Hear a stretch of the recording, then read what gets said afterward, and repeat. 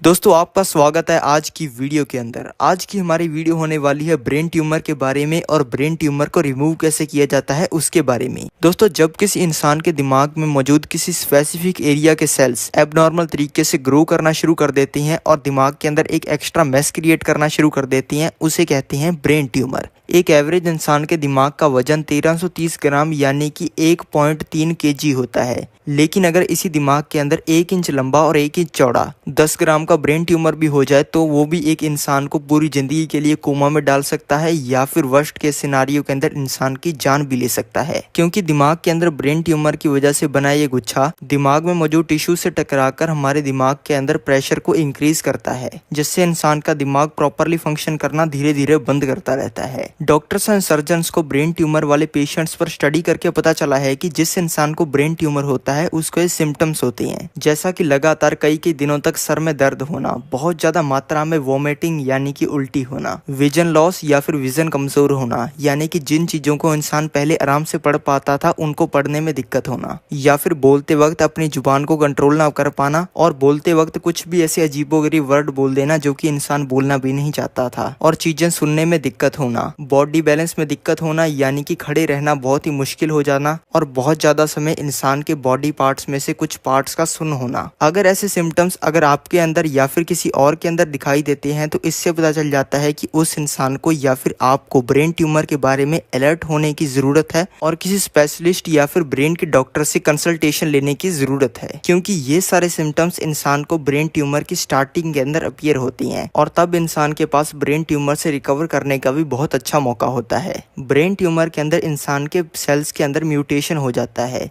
जिससे इंसान के दिमाग के सेल्स रैंडम पैटर्न के अंदर एबनॉर्मली ग्रो करना शुरू कर देती हैं। इसके बहुत सारे कॉजेज हो सकती हैं, जैसे कि कुछ लोग हाई रेडिएशन जॉब्स करते हैं, जैसा कि flight attendants, x-ray machine operators, baggage services, military या फिर माइन वर्कर्स। इन लोगों की जॉब्स के अंदर इनका बहुत ज्यादा कनेक्शन रहता है अल्ट्रावायलेट रेज और एक्सरेज के साथ। जैसे एक्सरेज और अल्ट्रावायलेट रेज इनकी बॉडी के साथ सारा दिन टकराती रहती हैं, जिससे इन लोगों के सेल्स के अंदर म्यूटेशन हो जाता है और सेल्स एबनॉर्मल तरीके से ग्रो करना शुरू कर देती हैं। दूसरा होता है जेनेटिक डिसऑर्डर। इसके अंदर लोगों को अपनी फैमिली से यानी कि मम्मी पापा, दादा दादी, इनके जीन से लोगों को ब्रेन ट्यूमर हो जाता है। इसके अलावा कुछ बैक्टीरिया या फिर वायरल इन्फेक्शंस भी ब्रेन ट्यूमर कॉज कर सकती हैं, और किसी दवाई का इन्फेक्शन या फिर स्ट्रॉन्ग केमिकल्स के साथ इंसान का कनेक्शन भी ब्रेन ट्यूमर कॉज कर सकता है। वैसे तो ब्रेन ट्यूमर मेल्स और फीमेल्स दोनों के अंदर होता है, पर डॉक्टर्स के द्वारा और साइंटिस्ट के द्वारा की गई स्टडीज में ज्यादातर पता चला है कि ब्रेन ट्यूमर के पेशेंट्स मेल्स ही होते हैं, क्योंकि ज्यादातर मेल्स घर से बाहर निकलकर काम करते हैं, जिसकी वजह से उनके शरीर के साथ हाई अल्ट्रावायलेट रेज का कनेक्शन होता है और मेल्स की बॉडी ब्रेन ट्यूमर को ज्यादा अडेप्ट भी करती है। अब जानते हैं कि ब्रेन ट्यूमर को कैसे रिमूव किया जाता है। ब्रेन ट्यूमर को निकालने के लिए की जाने वाली सर्जरी को क्रेनियोटोमी कहा जाता है। क्रेनियोटोमी को इंसान को बिना बेहोश किए ही किया जाता है, क्योंकि अगर ऐसा ना करें तो सर्जरी के टाइम इंसान का ब्रेन ट्यूमर इंसान के नॉर्मल सेल्स के ऊपर प्रेशर बहुत ज्यादा डालेगा, जिससे इंसान के ब्रेन के दूसरे सेल्स भी मरना शुरू हो जाएंगे और अल्टीमेटली इंसान की डेथ हो जाएगी। इसलिए सर्जरी से पहले इंसान को एनेस्थेसिया और भी बहुत सारी चीजें दी जाती हैं, जिससे इंसान को कुछ भी समझ ना आए, दर्द ना महसूस हो, लेकिन इंसान बेहोश ना हो। इस सर्जरी को कैसे परफॉर्म किया जाता है चलो जानते हैं। इस सर्जरी के लिए सबसे पहले इंसान के सर के पीछे कट लगाया जाता है। ये अब वेरी कर सकता है कि इंसान के दिमाग के अंदर ब्रेन ट्यूमर कहाँ पर है। अगर किसी और जगह पे है तो उस जगह पे कट लगाया जाएगा। फिर ऐसा करने के बाद इंसान की जब स्किन दिखने लगती है तब इस स्किन को साइड में कर दिया जाता है, और फिर ओपनर्स की मदद से इस होल को बड़ा करके हमारी हड्डी के ऊपर मौजूद जो पील होती है उसको निकाल दिया जाता है। फिर सर्जन्स के द्वारा मैनुअली हाथों से